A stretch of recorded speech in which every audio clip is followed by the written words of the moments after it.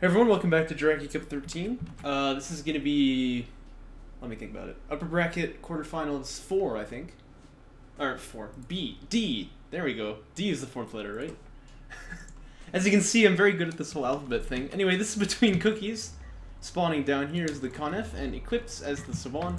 Cookie's definitely the favorite here. This is actually Eclipse's first tournament, and he's got a pretty tough matchup here, but we will see what he's able to do. Let's go ahead and read our info.txt. Cookies has the pick for... Oh, that's actually not right, but yeah, whatever. They did the pick order wrong, but it doesn't really matter. So anyway, Eclipse is going to ban Firebase, and Cookies bans Torrent Crater. And then he grabs Canyon for the first map. Actually, you know what? Maybe it was. Now as I think about it, because you might have left the group second. Oh, isn't... Oh, I think actually Eclipse, like... was first from his group or something weird like that.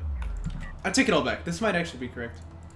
Anyway, he's going to pick the Boneyard for Game 2 and then KT Ult for Game 3, and I think those are both pretty good maps for Rail Rush, but Cookies doesn't usually play that way, although he seems to be cooking at somewhat of a rush already. And then Cookies grabs GT Ult, so very, very aggressive maps for this series so far, and then Tight End Passage would be the ace match.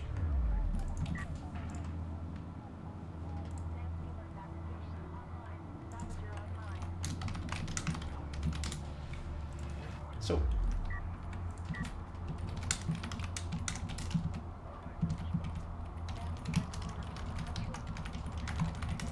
I'm putting my stream link everywhere. So we have Cookies moving out across the field here with that Sandstormer Fab like he has. And as for Eclipse right now, I'm not exactly sure what he's going for. He does have LEV Fab done already, I suppose. But it's too many LDMs, I would say. Especially in Jaraci patch, the long distance mining RUs is a little bit less effective than it would be otherwise, so...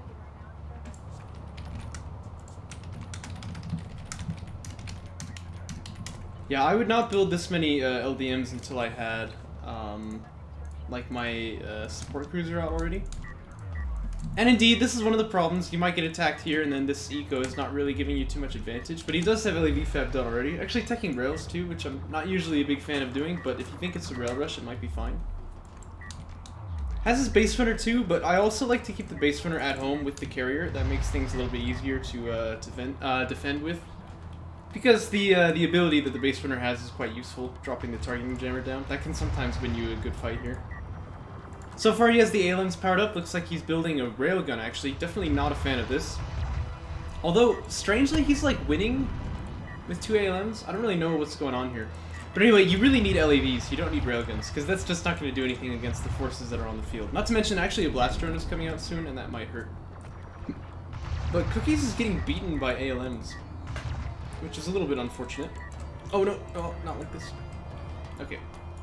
He does manage to keep the blast drone safe there. I thought that was going to go down. Base runner, by the way, not going to be so lucky. This one's in for a hard time. And actually, Cookie's taking his Soul Chip Fab, but he already sees the railgun, so I feel like this is a little bit sloppy, but... Oh, he's even going to go ref mode, so I guess he wants to back away. If I were him, I mean, you can probably win up here. I would do that. Like, I would stay up here. But still, ref mode, fine choice. Tell you what makes it even more tempting to stay is that you know that your opponent doesn't have any eco at all, so... and that he went railgun tech also. I mean, this kind of means, like, you can just go 2PC... Or, sorry, you can skip 2PC, you don't need it, because... your opponent does not have any, like, LAVs coming out, so... Yeah, I would really stay if I were him. He does have his base runner still, of course, so he's gonna grab an artifact here. And ref mode is almost done.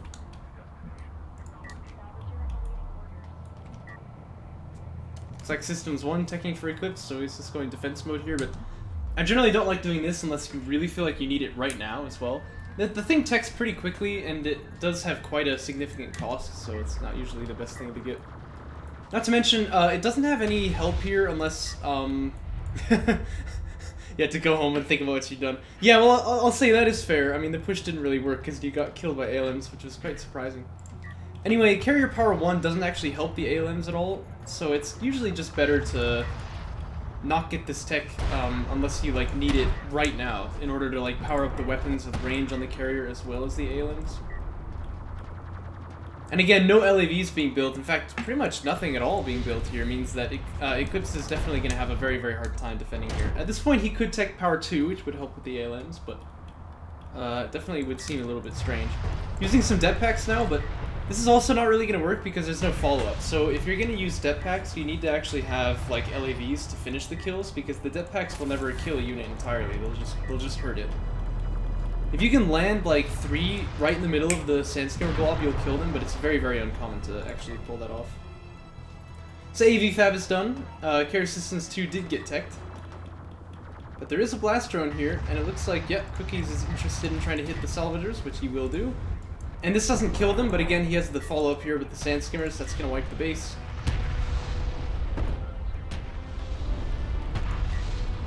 And that should kind of be all she wrote, really. I mean, once you lose your eco like this, it's really just impossible to come back, I think. Well, I shouldn't say impossible, but it's not going to happen. Not against someone like Cookies. Interceptor Fab, by the way, on the queue for him.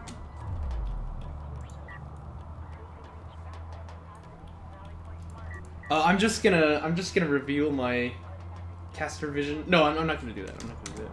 Don't answer this question. His question is traitors. This question is very traitors. And hello, A-Game. Welcome to the stream. Power 2 finishes now for Eclypse. A little bit late, of course, but, you know, better late than never, they say.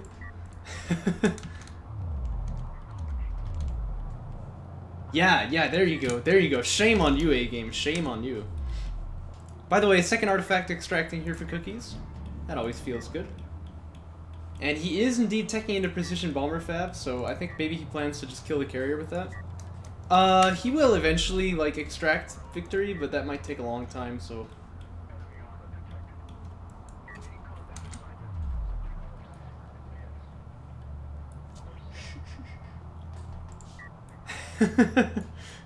Don't worry about it, don't worry about it. Whoa, I muted the music.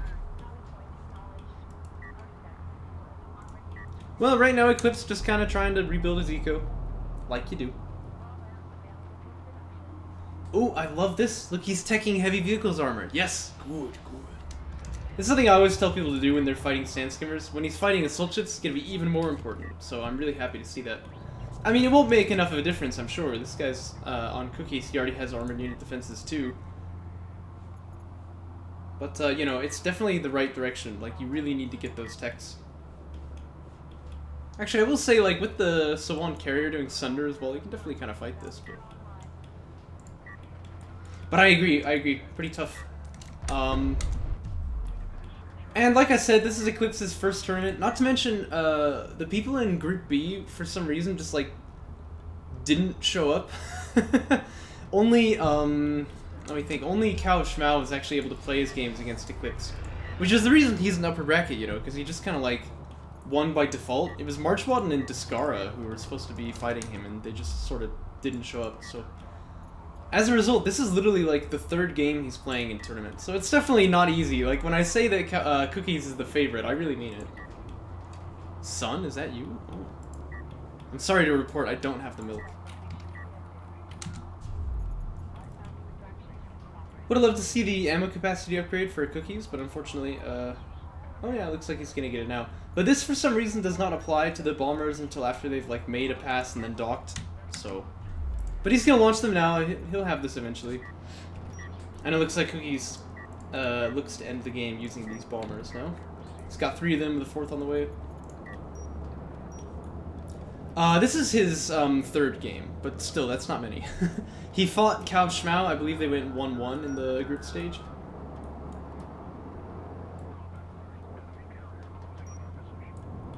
Here come the bombers.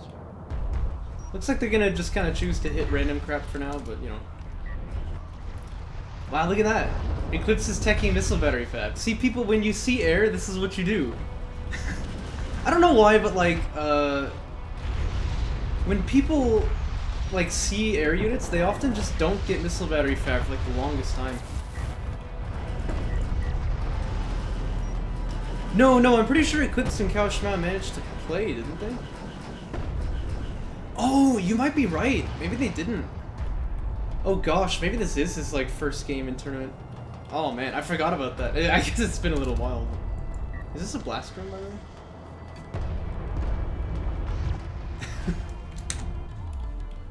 Well, that makes this feel even more terrible. This is literally like his first game in tournament. Yeah, Group B, man. Sad times.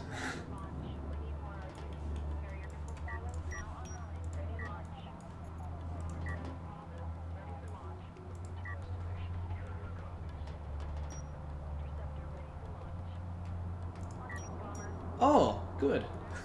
Maybe he can finally play his lower bracket games. Although if Auric wants to DQ him, he certainly can by now. I've made that known to him also. It's a little sad to see one of the bombers hitting this salvager. But look at this, man. This guy doesn't give up. He's still trying.